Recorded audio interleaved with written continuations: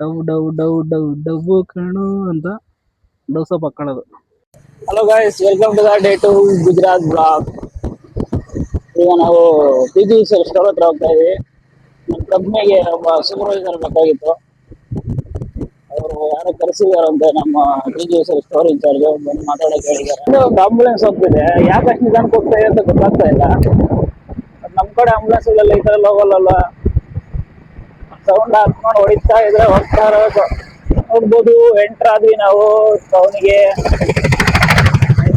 ಇದೇ ಜಾಗದಲ್ಲೇನೆ ನನಗೆ ಸ್ವಲ್ಪ ತಲುಪಿಸಿದ್ರು ಅಷ್ಟೇ, ಅದರಲ್ಲಿ ಏನಿಲ್ಲ. ಈಗ ರೈಲ್ವೆ ಗೇಟ್ ಬಿದ್ದಿದೆ, ಯಾವ ತರ ಹೋಗ್ಬೇಕು ಅಂತ ಹೇಳ್ತೀನಿ. ಓಹೋ, ಎಲ್ಲ ಫುಲ್ಲು ಬರ್ತಾನೆ ಇದ್ದಾರೆ. ಆಗಲ್ಲ, ರೈಲ್ವೆ ಗೇಟ್ ಇಂದಾನೇ ಹೋಗ್ಬೇಕು ನಾವು. ಆ ಕಡೆ ಹೋಗಕ್ಕೆ ದಾರಿ ಇಲ್ಲ. ಇನ್ನು ಪರವಾಗಿಲ್ಲ, ನಿಧಾನಕ್ಕೆ ಹೋಗೋಣ. ಹೌದಾ, ಸೈಕಲ್ ಏನ್ ರೇಂಜ್ ಹೊಡಿತಾ ಅವನು.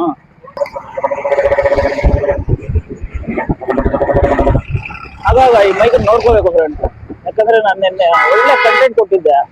ಆ ಕಂಟೆಂಟ್ ಕೊಟ್ಟಿರೋದೇನೆ ಟೈಮಲ್ಲೇ ನಮ್ಮ ಮೈಕ್ ಆಫ್ ಆಗಿರ್ತದೆ. ಕರೆಕ್ಟಾಗಿ ಗಾಡಿ ಓಡಿಸ್ಬೇಕು, ಯಾಕಂದ್ರೆ ಇಲ್ಲಿ ಯಾರು ಟ್ರಾಫಿಕ್ ರೂಲ್ಸ್ನ ಫಾಲೋ ಮಾಡಲ್ಲ. ನೋಡ್ಬೋದು ನೀವೇ, ಎಲ್ಲ ನುಗ್ತಾ ಇರ್ತಾರೆ ತುಂಬಾ ಅಲ್ಲಿ ಇಲ್ಲಿ. ಬಿಯರ್ ಹೇಳಿದಾರಲ್ಲ, ನುಗ್ಗು ಬನಾನ ನುಗ್ಗು ಅಂತ, ಆ ರೇಂಜಿಗೆ ನುಗ್ತಾ ಇರ್ಬೇಕಾದ್ರೆ ಬಿಟ್ರೆ ಯಾರೋ ಕಾರು ಎಲ್ಲಿಂದ ತರ್ತಾ ಇದ್ದಾನೆ ಇಲ್ಲಿ. ಅಣ್ಣ ನೋಡಿದ್ರ ಯಾವ ರೇಂಜ್ ನಿಲ್ಸಿ ನನ್ನ ಕಾರು ತಂದು ರೋಡ್ ಬ್ಲಾಕ್ ಮಾಡಿಬಿಟ್ಟು ಎಲ್ಲ ಒಂದೇ ಬರೋ ತರ ಮಾಡಿದ್ದಾರೆ. ಅದರಿಂದ ನಮ್ಗೆ ಸ್ವಲ್ಪ ಹಿಂಸೆ ಇಲ್ಲ.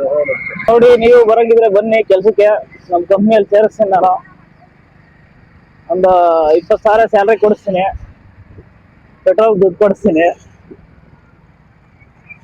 ಊಟ ಪೆಟ್ರೋಲು ಎಲ್ಲ ಕೊಡಿಸಿ ಒಂದು 18ರಿಂದ 20,000 ಕೊಡಿಸ್ತೀನಿ. ಬಟ್ ಏನು ಅಂತಂದ್ರೆ ಕರ್ನಾಟಕದಿಂದ ಬಂದು ಗುಜರಾತಲ್ಲಿ ಕೆಲಸ ಮಾಡ್ಬೇಕು. ನೀವು ಬಂದ್ಬಿಟ್ಟು 1 ತಿಂಗಳು ಕೆಲಸ ಮಾಡ್ಬಿಟ್ಟು ನಂಗೆ ಆ ನೋವು ಈ ನೋವು ಇಲ್ಲ, ನನಗೆ ಫ್ಯಾಮಿಲಿ ಮಿಸ್ ಮಾಡ್ಕೊಳ್ತಾ ಇದೀನಿ ಅಂತ ಕತೆ ಹೊಡೆದ್ಬಿಟ್ಟು ನೋಡಿದ್ರ ನಮ್ಮ ಹುಡುಗ ಸ್ಮೈಲ್ ಕೊಡ್ತಾ ಇದ್ದಾನೆ. 1 ತಿಂಗಳು 2 ತಿಂಗಳು ಮಾಡಿ ಓಡೋಗೋ ತರ ಇದ್ರೆ ಏನ್ ಬರಕ್ ಹೋಗ್ಬೇಡ್ರೆ, ಬಂದ್ರೆ ಪಕ್ಕ ನಿಂತಿರ್ಬೇಕು ಕೆಲಸದಲ್ಲಿ.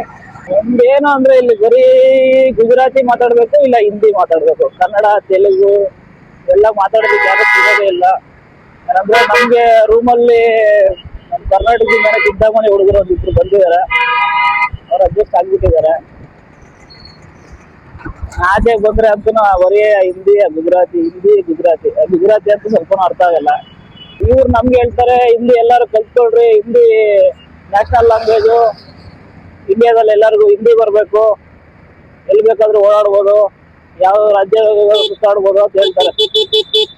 ಆದ್ರೆ ಫಸ್ಟ್ ಆಫ್ ಆಲ್ ಇವ್ರಿಗೆ ಇಲ್ಲಿರೋರ್ಗೆ ಹಿಂದಿ ಬರಲ್ಲ, ಗುಜರಾತಿ ಬಿಟ್ರೆ ಬೇರೆ ಭಾಷೆ ಬರಲ್ಲ ಇವ್ರಿಗೆ. ಇನ್ನು ಇದೇ ತರ ರಾಜಸ್ಥಾನ, ಪಂಜಾಬ್ ಕಡೆ ಈ ಕಡೆ ಎಲ್ಲ ಹೋಗ್ಬಿಟ್ರೆ ಅವ್ರಿಗೂ ಹಿಂದಿನೇ ಬರಲ್ಲ, ಅವ್ರಿಗೆ ಯಾವ್ದೋ ಅವ್ರ ಭಾಷೆನೇ ಮಾತಾಡ್ತಾರೆ. ಈಗ ನಾವು ನಮ್ಮ ಕರ್ನಾಟಕದಲ್ಲಿ ಕನ್ನಡನೇ ಮಾತಾಡ್ಬೇಕು. ಆತರ ಇವ್ರಿಗೂ ನಾವು ಕರ್ನಾಟಕದಲ್ಲಿ ಏನ್ ಮಾಡ್ಬಿಟ್ಟಿದೆ ಅಂದ್ರೆ ಬಂದವರೆಲ್ಲ ಸೇರ್ಸ್ಕೊಂಡು ವ್ಯಾಪಾರ ಹೇಳ್ಬಿಟ್ಟು ನಾವೇ ಅವ್ರ ಭಾಷೆಗಳನ್ನ ಕಲ್ತ್ಬಿಟ್ಟಿದೀವಿ. ಇದು ಒಳ್ಳೇದೇ ಭಾಷೆ ಕಲಿಯೋದು, ಬಟ್ ಎಲ್ಲರೂ ಆ ತರ ಕಲಿಬೇಕು.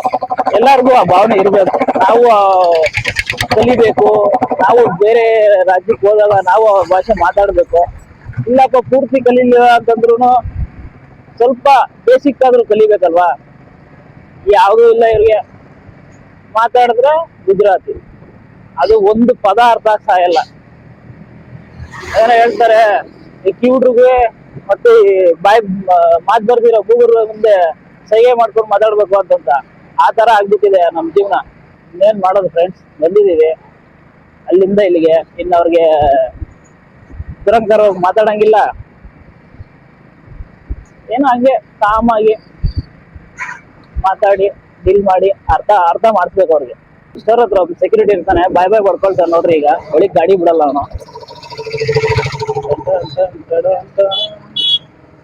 ನೋಡ್ರಿ ಈಗ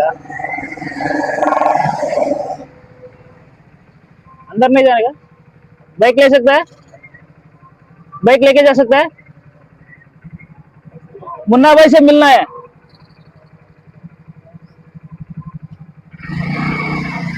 ಹೌದ್ರಾ ಮುನ್ನಾ ಬಾಯ್ ಅಂತ ಹೇಳಿದ ತಕ್ಷಣ ಒಳಗಡೆ ಹೋಗೋದಕ್ಕೆ ಎಂಟ್ರಿ ಕೊಟ್ಬಿಡ್ತಾರೆ ನಮ್ಗೆ. ಅದು ಅವ್ರು ಇಟ್ಟಿರೋದು ಇವರೇ ಸ್ಟೋರ್ ಇನ್ಚಾರ್ಜ್ ಅವ್ರು ಇಲ್ಲಿ ಮುನ್ನಾ ಬಾಯ್ ಅವರು. ಅದರಿಂದ ಬನ್ನಿ ಗಾಡಿ ಸೈಡ್ ಹಾಕ್ಬಿಟ್ಟು ಹೋಗಿ ಮಾತಾಡೋಣ ಅವ್ರ ಹತ್ರ. ಮುಗೀತು, ಮುಗಿಸ್ಕೊಂಡು ಹೋಗ್ತಾ ಇದೀವಿ ಫ್ರೆಂಡ್ಸ್. ಈಗ ನಾವು ಮತ್ತೆ ರೂಮ್ ಕಡೆ ಹೋಗ್ಬೇಕು. ಮಾತಾಡಿದ್ವಿ ಎಲ್ಲ,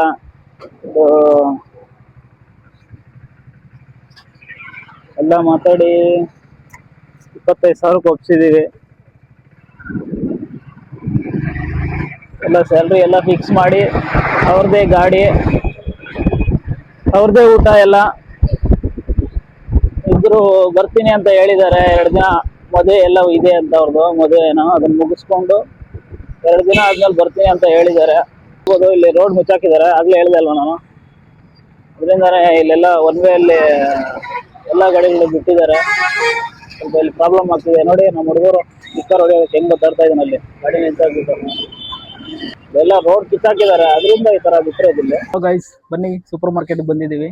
ಇಲ್ಲಿ ನಮ್ಮ ಹುಡುಗ ಡವ್ ಸೋಪ್ ಆಗಿ ಹುಡ್ಕಾಡ್ತಿದ್ದಾನೆ, ಸಿಗ್ತಾ ಇಲ್ಲ ಪಾಪ. ನೋಡಿ ಗಾಯ್ಸ್, ಎಲ್ಲ ಏನೇನೋ ಇದೆ, ಎಲ್ಲ ದಿನಸಿ ಸಾಮಾನುಗಳು ನೋಡಿ. ಡವ್ ಸೋಪ್ ಇಟ್ಟಿಲ್ಲ, ನನ್ನ ಮಕ್ಕಳು ಡವ್ ಬೇಕಾಗಿರೋದು ಮೈನು. ಡವ್ ಡವ್ ಡವ್ ಡವ್ ಡವ್ ಕಣು ಅಂತ ಡವ್ ಸೋಪ್ ಹಾಕೊಳ್ಳೋದು.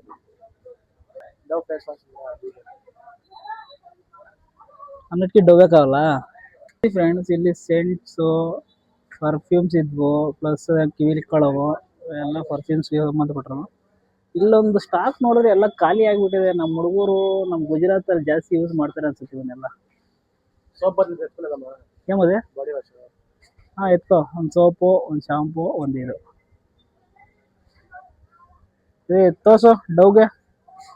ಮುಂದೆ ನಾವಿಬ್ರು ಇದಕ್ಕೆ ಡವ್ಗೆ ಬ್ರ್ಯಾಂಡ್ ಅಂಬಾಸಿಡರ್ ಆಗಬೇಕು ಅನ್ಕೊಂಡಿದ್ದೀನಿ. ಬಿಲ್ಲಿಂಗ್ ಮಾಡಿಸ್ಬೇಕಾದ್ರೆ ಕೌಂಟ್ರಲ್ಲಿ ಯಾರೋ ಹುಡುಗಿ ಇರ್ತಿದ್ಲು, ಇವನು ಯಾರೋ ಪೆಟ್ರೋಲ್ ನನ್ನ ಮಗ ಇದ್ದಾನೆ.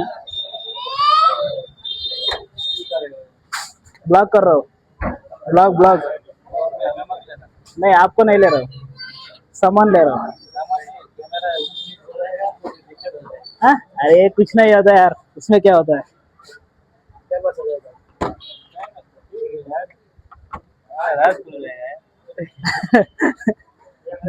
देखने में तो अच्छा है, और लड़की देख के इधर ही आएगा। आपका माल का ब्रांड एम्बेसडर बनना है।